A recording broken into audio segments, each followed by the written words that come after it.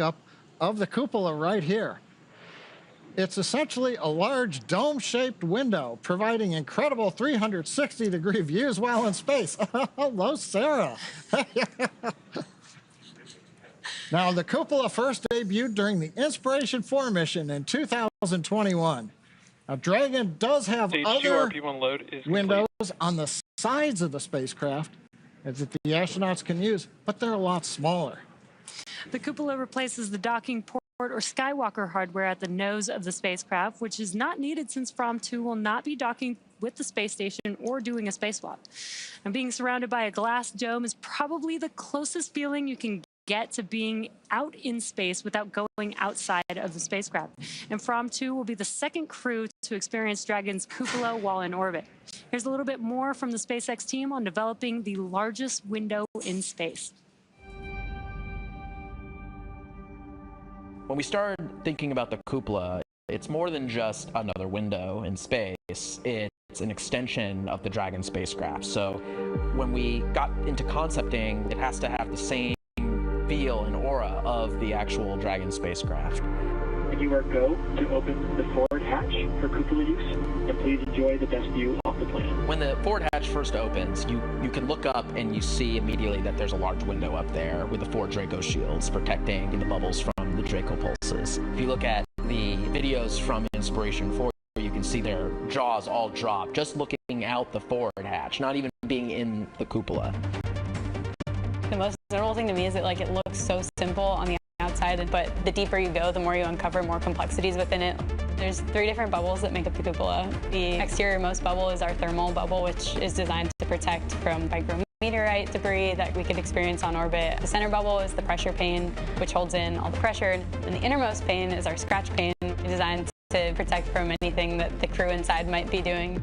It's actually made from acrylic and polycarbonate layers, but you also have technologies that are in, say, fighter aircraft that are applied to the cupola. We have a coating called indium tenoxide, which keeps the temperatures down on the inside of the cupola space. All these aspects are tested on the ground and made sure that we operate safely and that we know that when the astronauts are going up there that they have a great time. What makes this the largest window in orbit? It's just the overall size of it. I feel like it's just so immersive, like you're inside of the bubble and you're looking out and space is literally all around you. I think the experience of having the cupola on Dragon makes it such that Dragon is the experience. Even when we fly our short duration missions to the ISS feels like the destination and the experience, whereas having the cupola on Dragon really makes Dragon and being inside the cupola the destination. When you get into the cupola, it feels almost like you're on a spacewalk. The Earth all around you, the stars, sunrise, sunset, getting up in there and looking out is a one-of-a-kind experience.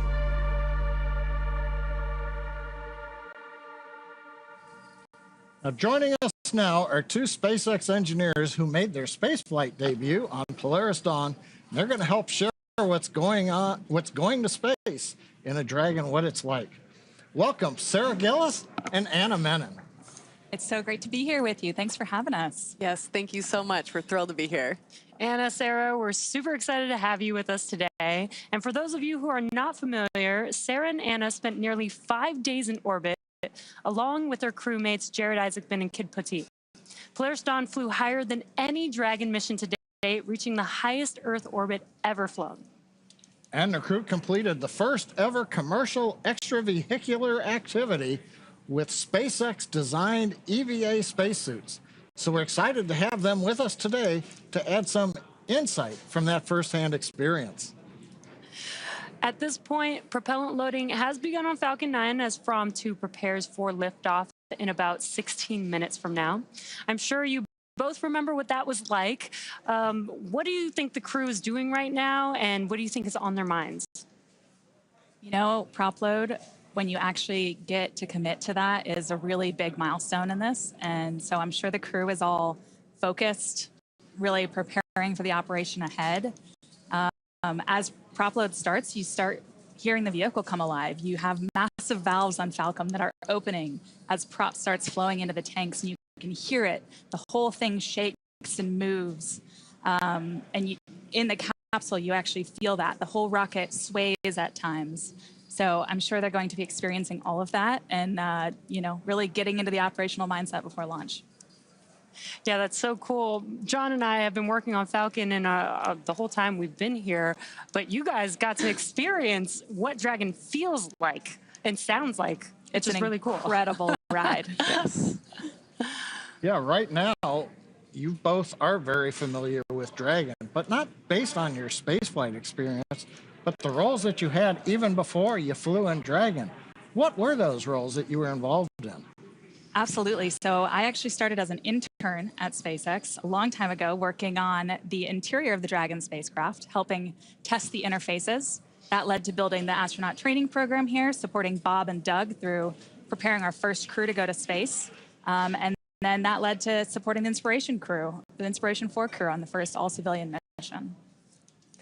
And I worked on the operations team, and one of my favorite parts of that job was working in mission control. So one of my roles there was as a mission director.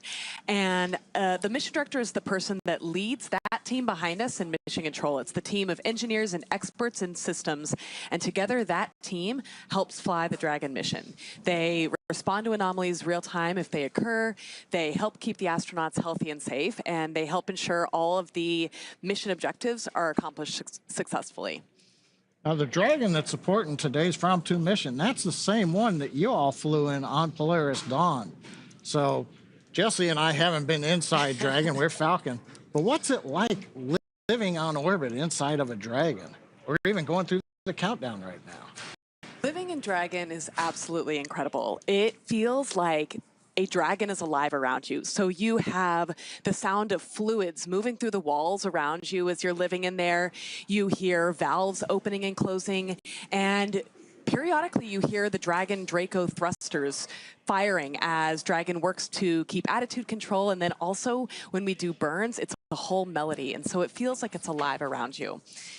But then on top of that, you are getting to float in this 3D environment. And that means that you get to really use all of the surfaces around you. You get to use the ceiling, the floor, the walls, and you get to really float around. But I think what's really exciting is that this From-To crew gets even more space than we had. They have the cupola, so that expands their 3D environment and also provides them this really spectacular view of our planet. I cannot wait to see the imagery that they get to share with us through that view.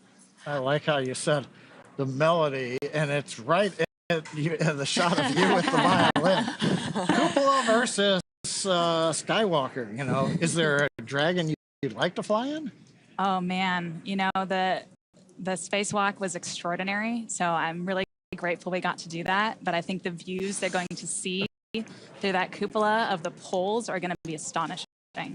I'd say any Dragon is a good Dragon. I agree. Any Dragon is a good Dragon.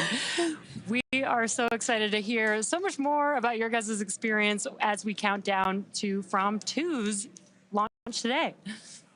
So we're about T-minus 12 minutes from liftoff, and while the countdown continues, let's meet the launch vehicle taking From-To to space today.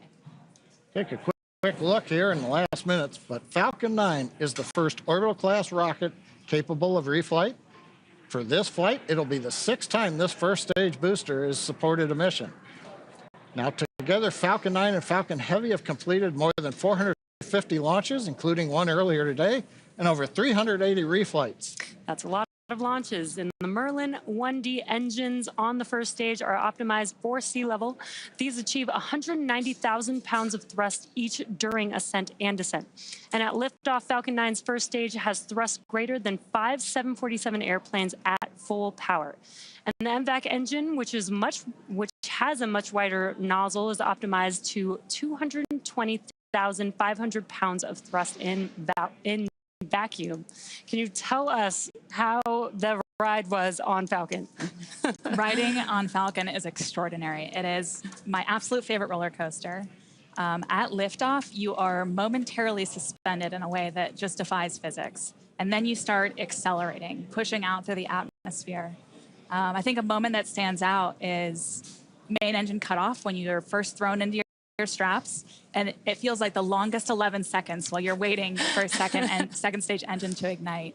And then you start accelerating and accelerating, and finally you end up in your orbit. Again, engines cut off, you're thrown forward, and then it's totally calm. Everything kind of lifts off, starts floating around you, but it goes from really loud to really quiet and serene. Can you imagine saying that it was really calm when you're going 17,500 miles per hour? Believe it or not, it is. That's pretty wild to hear. Yeah. Now, when Polaris Dawn returned to Earth, you splashed down off the coast of Florida, but this flight, From 2, is the first time we'll be heading to the new location. Recovery operations for Dragon missions will now take place off the coast of California. That, as we said, will ensure that Dragon's trunk, when it's jettisoned during reentry, will re-enter over the Pacific Ocean.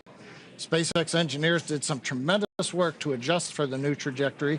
That included changing how Dragon maneuvers before deorbiting and when the trunk is separated from the spacecraft. So while a different trajectory than your return to Earth, what was it like for the two of you when you were coming home from space? The return from space is also exhilarating. You still have those same heavy G-forces like you felt on the uphill, but instead of lasting for tens of seconds, they last for many minutes in duration. So maybe 7 minutes with those G-forces pressing you into your seat, feeling that pressure on your chest. But then on top of that, as the Dragon spacecraft is coming back through the atmosphere, the air around it is heating up, and you get this light show out your windows. There are neon pinks and oranges out your windows with occasional flashes of flames, and that is just the most remarkable view. That is so cool to hear all the different experiences you guys seen, your own fireworks show a little bit. Now, as we mentioned earlier, after splashdown, once Dragon's hatch has been opened, the crew will attempt to exit the spacecraft unassisted. This is the first time this will be attempted with Dragon, and we are studying the crew's ability to exit Dragon without additional medical and operational assistance. Exiting the spacecraft without help will become more important for missions to places like the Moon and Mars, where the crew may need to exit their landing vehicle unassisted. Okay, we've just got a few seconds before we get into next major event in the countdown, but we're going to put you on the spot. You're the only two of us that have been to space and have gone through the splashdown. What's it like trying to get out of the capsule? Do you want dolphins? The dolphins were incredible. It's very interesting readapting to gravity and taking those first steps. I think it's a great research experiment. This is seat 1. How many times have you been to the South Pole before? To the South Pole, around 10 or 12 times, but to both poles combined, around 30. How long did you take to ski there? My last expedition in Antarctica, I skied in new routes they're up talking to the crew about their Fourth Glacier and across the plateau to the South Pole. This expedition was almost 900 kilometers, and it took me 50 days to complete. Can you believe that in just 42 minutes we'll fly from here in Florida to the South Pole? Unbelievable.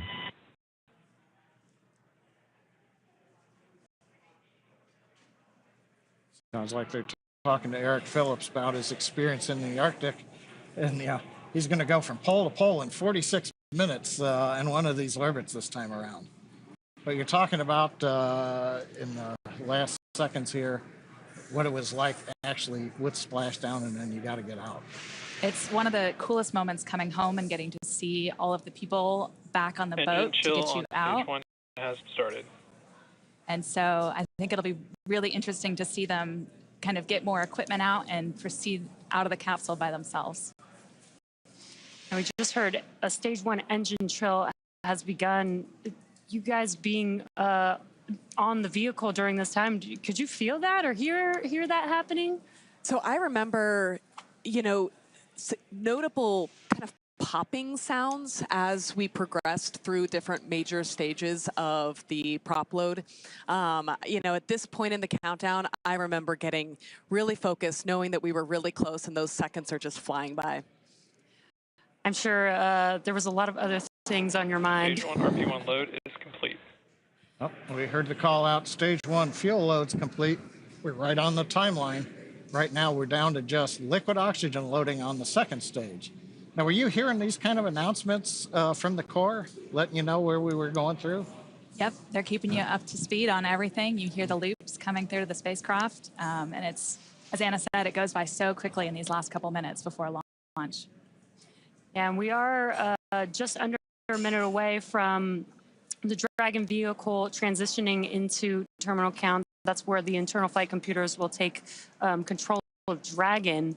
Did you guys experience any difference with that, or did it feel the same? That felt the same, but you know, we knew the words that indicated that transition, and so when that happened, we knew it was go time. Okay, T-minus 5 minutes, 23 seconds and counting. As we were just mentioning, we're coming up on the announcement to Dragon to configure for terminal count. We'll also be going to internal power on the Dragon spacecraft. So we're going to listen to the call out from the Dragon team and the core as we get through this next milestone in the countdown. Falcon 9 tanks are pressing for strong back retract. Dragon is in configure for terminal count. Great news. The strong back that you heard called out there is the transport erector, which you can see on your screen just to the right of the vehicle. Now, what's going to happen is the clamp arms are going to open up first, and then the strong back, or the TE, is going to begin to retract away from the vehicle, just about 2 degrees. And you could see it's very slow on your screen. The strong back is retracting. Good call out there, but you could see on your screen the clamp arms are beginning to open up. Again, once those are fully open, that makes way for the TE to move away from the vehicle. Yeah, and we heard the call out. We're pressurizing for strong back retract. We increased pressure into the Falcon 9 tanks, essentially stiffening the rocket so that we are then ready to open the arms up, release the load. Falcon 9 right now is standing free, except it's held down by arms at the very bottom of the Falcon 9. But you can see the arms around the second stage, which is just below the Dragon trunk, are opening.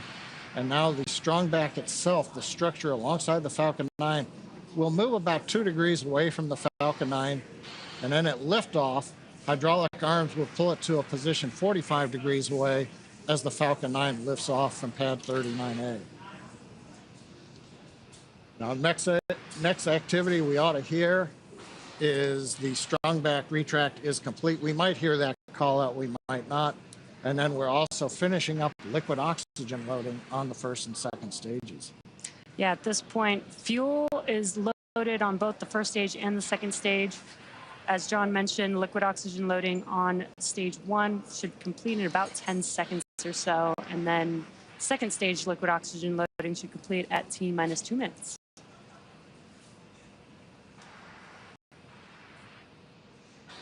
Just waiting to hear the call outs right now for stage 1 LOX load.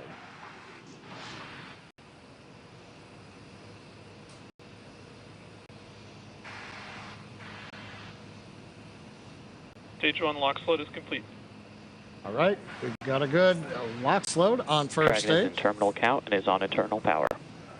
And we've got the confirmation Dragon has gone internal power, coming down from the crew back to the Dragon team here in the Mission Control Center. Next major activity, T-minus 2 minutes. Stage 2 LOX load will complete, and that'll finish loading all propellants on the Falcon 9 first and second stages.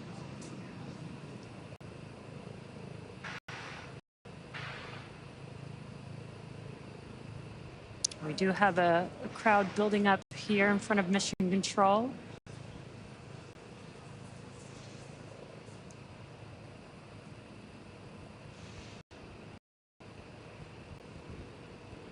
Stage 2 LOX load is complete. All right, Great right on time. Yeah. It's getting pretty exciting here as we get just under a couple minutes away from liftoff. Now that propellant loading is complete, that means that Dragon is in auto idle. 1 million pounds of kerosene fuel and liquid oxygen are now loaded on the Falcon 9 vehicle, and we will begin some venting. This will be some venting of the Ground gas closeouts have started. Expect loud venting. perfect timing. That venting is going, you may see some white clouds around the vehicle. We are venting out the liquid oxygen line, and that colder air meeting the warmer ambient air in Florida is creating that condensation. And I like to describe that like the condensation building around a cold glass of water. Now we're coming up on a minute where Falcon will go into startup. This is where the internal flight computers will take over. Falcon 9 is in startup. And now the vehicle. Dragon is in countdown. Vehicle is in startup. We're now just waiting for the final call from the launch director.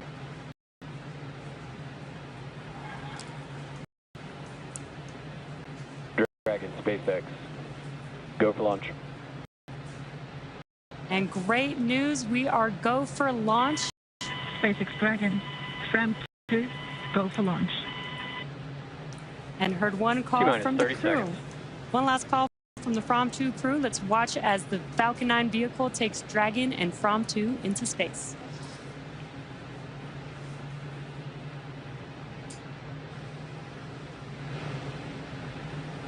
T-minus 15 seconds.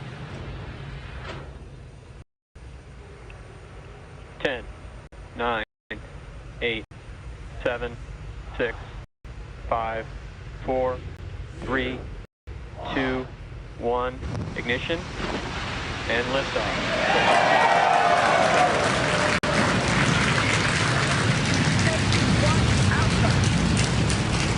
Copy, 1 Alpha. Vehicle is pitching downrange. Stage 1 propulsion is nominal.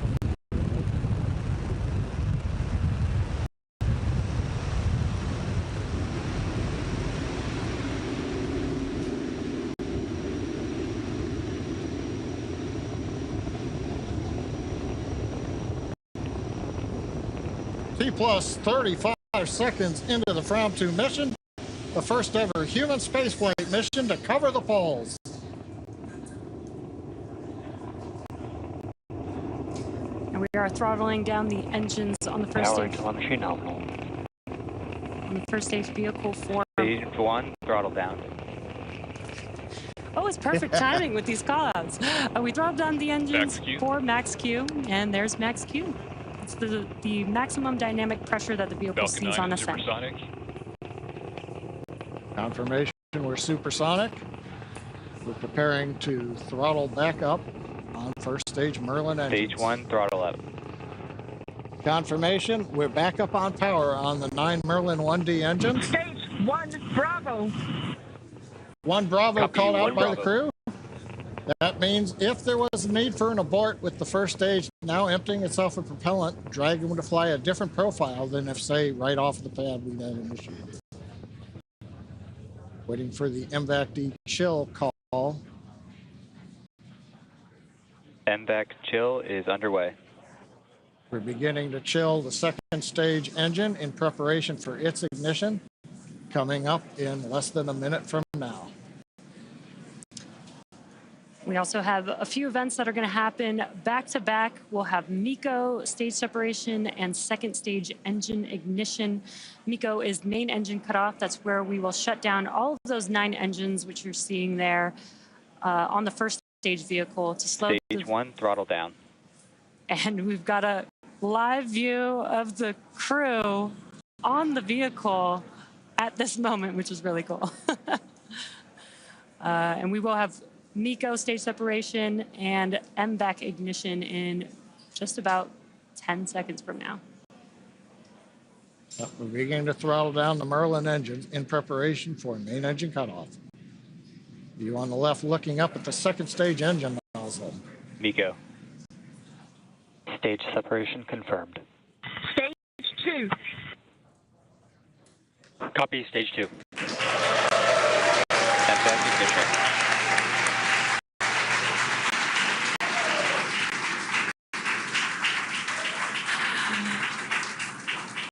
And there we just saw MECO stage separation. The MVAC engine has ignited, and we've also started the boost back burn on the first stage, which you can see there on your left-hand screen. Anna and Sarah, those were a lot of dynamic events that just happened right now that the From 2 crew is experiencing, but you guys also got to experience that. Yes, I remember now we're in stage 2, and I remember that slow buildup of G-forces during this stage. The first stage, the G-forces come on fast, but the second stage, they're a bit slower. And so right now, you're starting to feel it come on faster and faster, and you feel that pressure into your chest. You feel yourself being pressed into your seat, harder to move your hands up. It's an exciting ride, and you see the minutes counting by until the moment that you know you'll be in space. Yeah, you're right, because Dragon SpaceX, trajectory nominal. good call out from Guidance Navigation Control Officer. Trajectory is nominal for the crew. Dragon, copy. And Commander copies that call out. But yeah, you had a good point. Well, we talked earlier, the second stage engine's over 200,000 pounds of thrust. There's more than 200,000 pounds of propellant, so when it first lights, it's not accelerating very rapidly. But Sarah, what's it like when you get near the end of the burn? We heard Bob and Doug back on Crew Demo 2 call it like driving down a gravelly, bumpy road at high speed. It's definitely more, maybe a little more vibration than first stage because the engine is so much closer to the spacecraft. So you absolutely feel a difference in the sensations you experience when you're riding on the second stage. Cool. I'm sure the From 2 crew is feeling something similar. They're still inside of Dragon, which is still attached to the second stage, and on your left-hand screen. Dragon SpaceX, trajectory nominal. On the left hand of your screen, you can see a view of the MVAC engine ignited. But coming up in a couple of minutes, we'll have the entry burn on the first stage, which is currently making its way back down to Earth. And we did perform a boost back burn on this one. Yeah, we did a one-engine boost back burn. We didn't have, normally when you launch to the east or northeast in a crew mission, you take advantage of the Earth's rotational velocity. But in this case, we're pretty much going straight south, and so you don't get that eastward velocity. So the first stage needed to use a little more propellant to get the crew up into the right position for stage separation. So we can't bring the first stage all the way back to land like we might do on an ISS mission. So instead, we're going to land on the drone ship, but not as far south as we would normally do Dragon if this SpaceX, was trajectory nominal. something like a Starlink mission. Another nominal trajectory. Dragon, copy. Nominal. And the crew recites it back. We've got good comms with the crew. But yeah, Jesse, to your point, we are coming up on the second part of the return of the first stage, and that's going to be the entry burn. First stage will start the center engine and then light 2 additional engines.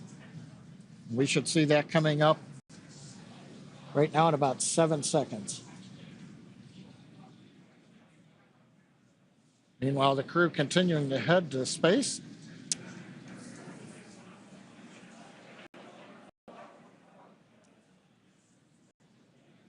During this time, we would continue to monitor the altitude as the vehicle kept rising and rising. Yeah, you got the displays there where you guys can monitor that during the launch. Dragon SpaceX, trajectory nominal. And we did see on the left-hand screen that the entry burn has begun. Copy. Nominal. Entry burn did complete. We didn't hear any call-outs, but we do have a green screen here. We have a good entry burn. Second stage continuing to head towards the separation orbit. First stage heading to the drone ship. Stage 2 FTS has safed. We are expecting the landing burn on the first stage to occur in about 20 seconds from now. That'll just be a single engine burn on the vehicle. Once again, the M1D engines have about 190,000 pounds of thrust, which is just enough to slow the vehicle down just in time for landing. Panama. Copy, Panama. It's another abort call out on the second stage. You're going to the space station, you hear it called Shannon. That tells you where you can reach if there's a problem right now.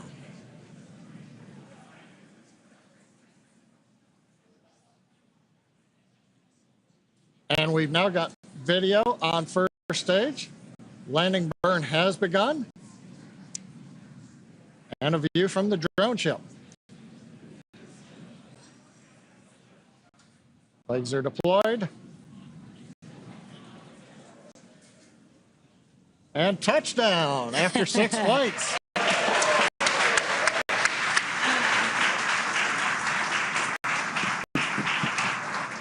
And the booster that has taken the From-2 crew out into space has now made it back to Earth. Yeah, Jesse, we just heard the call out. I don't know if you hear it in the capsule on your flight, but we heard the terminal guidance call.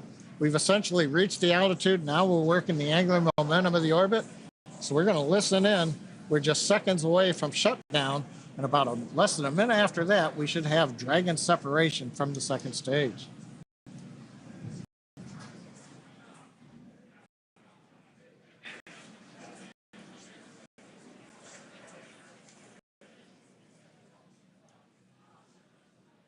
And back shutdown.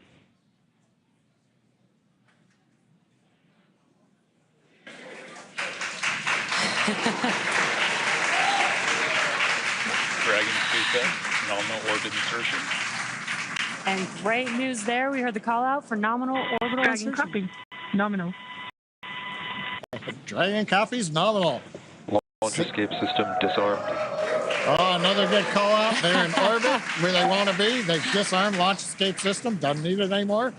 We're 191 kilometers up. We've got the view of the crew. Right now, Dragon, or the second stage, is going through a very short period. We're making sure that we're pointed in the right direction. We've got the engine shut down, purging gas, and it's separation.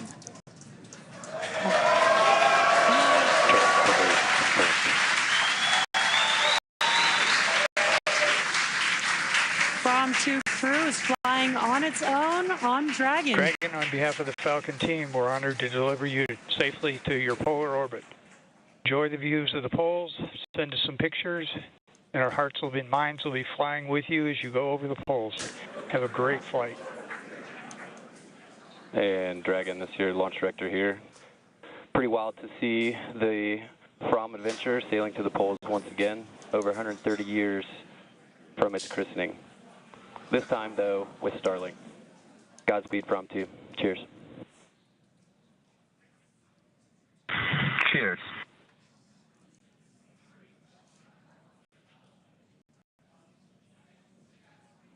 SpaceX team calling up to Dragon.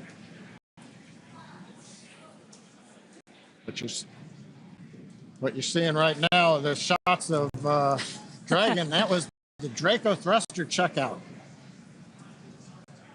And there's the crew. And I think Jesse and Sarah on the right next to one of the small crew windows, that's probably their zero-G indicator, as we call it. Yeah, I can't quite make it out. Dragon SpaceX, nominal dehumidifier activation and service section Draco checkouts. Dragon copy. Nominal.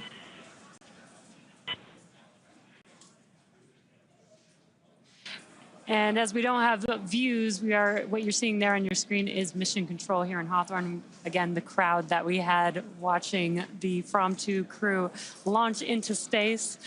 We also saw the zero-G indicator. Hopefully we'll get another live view where we can see what the zero-G indicator was. You guys had a zero-G indicator on your mission, so you know, and I'm probably very connected with the tradition of being able to pick out the zero-G indicator.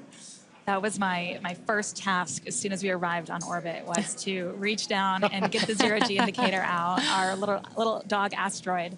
But I think it's honestly one of the coolest moments. First time you arrive on orbit and suddenly physics has broken and everything is floating in a way that is so different than anything you've seen before. That's so cool to hear that from you, because seeing the zero-G is actually my favorite part of crew launches because of the same reason. Like, oh, it's the first moment you actually see that it's your evidence that they are in microgravity. Absolutely. But I also love the tradition of being able to pick it out and the meaning behind the zero-G for each mission. I've got to ask, the Dragon separation, it comes so quickly after the second stage. But when you got separated from the second stage, was there like a wave of relief, or was it business as normal? I think there was a sense of joy in, recognizing that there were so many important steps that had to happen in order to get us to that point, and recognizing that we had reached that point, but then also knowing that it was time to get to work. We had a lot of objectives ahead of us. It's really the moment the spacecraft comes alive. Like during Draco thruster checkouts, the nose cone opens, you activate your environmental systems. So you go from launching on a rocket to flying in a spaceship. And it's this really cool transition where now you are alone in your spacecraft in this little habitat keeping you safe for the next couple days in space. And at the same time, maybe it dawns on you that says, this isn't another simulation. We are here. This is it. We are in space. We don't go home today at the end of business. We're going to do our work. And you two are very familiar with training over and over again. And now you guys got to experience space. The From 2 crew is now in space, in orbit, but there's still events happening, as you mentioned. We talked earlier about kind of maybe feeling a little calmness, but you said that there's still things that you can hear going on. Can you hear like the nose cone opening? Do you recognize those events by the sounds? You certainly recognize the Draco checkouts by the sounds. Just like you have that melody for Burns, it's a particular melody for the Draco checkouts, and it's fabulous.